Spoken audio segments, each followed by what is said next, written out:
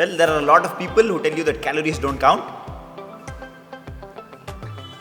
That there are good foods and bad foods, but there is nothing called a good food or a bad food. There is no bad calorie or a good calorie. But before that, let's understand what a calorie is. A calorie is simply a unit of measurement used to measure energy. Don't take my word for this. Let's Google search.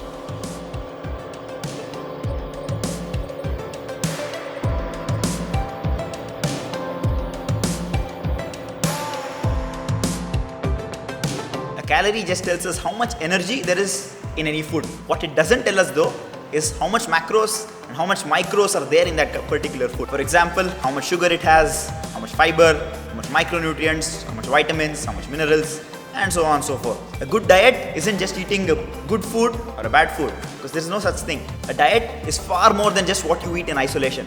It's a whole lifestyle. It is what you eat throughout the day, throughout the week, or throughout the year. This doesn't mean that you should remove the less nutritious food altogether, because they can actually help with your fat loss journey more than you might think. But altogether, it makes zero sense to say that there are good calories and bad calories. Now, coming to the actual math of how to calculate your calories. The general rule of thumb is to find your goal body weight and multiply it by 12. That is GBW into 12. Say for example you weigh 150 pounds, you would multiply 150 into 12. That's going to give you 1800 calories per day. But if you don't want to eat the same calories every single day, that is you want to eat more on some days and eat less on other days, you will want to follow a calorie cycling plan. Calorie cycling is just another fancy way of telling eating high calories on one day and low calories on another day. On a high calorie day, you generally eat 2000 calories instead of 1800.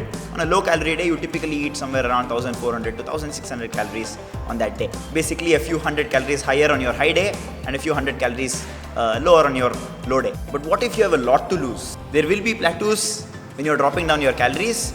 So there will be a small dip followed by a flat throughout your diet routine. Sometimes your weight may go up by up to 100 to 200 grams, but this is completely normal. This is where a lot of people give up on their weight loss journey. They get frustrated and they stop believing in the process. They either want to change their diet or cut down their calories even further. This is going to do more harm on their body than good. So is that it? Is it that simple? Well, yes it is. As for the macronutrients, your carbs, your proteins, your fats, how much to intake, we'll be dwelling deep into that in another video. So if you don't want to miss that video, hit that bell button, turn on the notifications, and don't forget to subscribe.